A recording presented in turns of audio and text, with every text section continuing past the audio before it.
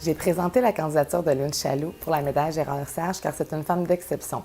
Elle a changé la vie de milliers de personnes très vulnérables de notre société, de réfugiés, en créant des organismes communautaires pour venir en aide à ces personnes et surtout en s'impliquant avec son cœur, compassion, pour aider son prochain. Lynn, c'est une femme qui se démarque par son charisme, sa compassion pour l'être humain et sa grande générosité. Grâce à une femme comme elle, on peut espérer vivre dans un monde meilleur. Je suis de Saint-Jérôme, puis depuis plusieurs générations, mon arrière-grand-mère a été baptisée par le curé Labelle dans la période de colonisation. Ma motivation, elle est d'ordre génétique parce que mon arrière-grand-mère était une femme qui était très impliquée dans sa communauté. Et toute mon enfance, j'ai entendu parler d'elle, puis je considérais que c'était ça. C'était comme ça qu'on devait être dans la communauté, alors c'était très inspirant pour moi. Et j'ai eu la chance d'être élevée par des parents qui étaient très impliqués aussi dans la communauté. Alors j'ai suivi leur exemple, puis ça m'a amenée où je suis aujourd'hui, et j'en suis très fière, très heureuse de faire ce que je fais. Lynn, une de mes complices depuis plus de 30 ans, elle a transformé une église abandonnée en une vraie cathédrale. Et quand je parle de cathédrale, je parle de la cathédrale de Rodin, où deux mains droites s'unissent pour accomplir quelque chose.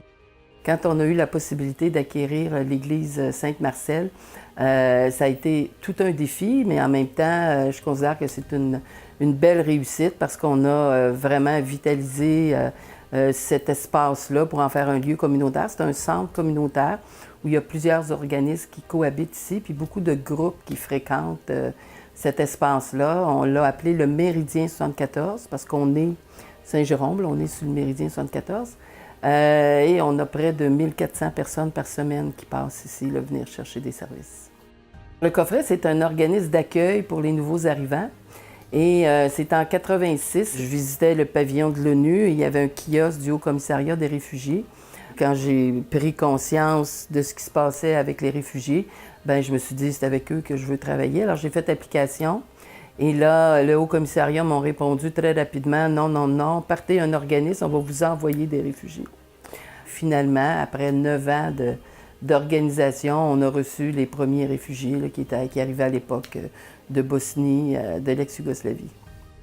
L'UCO est arrivé en 2010 à Saint-Jérôme et on est tellement content que l'UCO soit là. C'est un enrichissement vraiment qu'on vit très régulièrement. Les professeurs là, de l'UCO sont très investis dans la communauté, ils font partie de nos équipes de recherche, ils sont impliqués dans nos activités. Alors d'être reconnu par l'UCO, bien, j'avais l'impression que j'étais moi-même, je faisais partie de l'UCO, alors j'étais très heureuse, très fière de voir que cette collaboration-là nous amenait à ça. Là. Il y a beaucoup d'ouvrages à faire, beaucoup.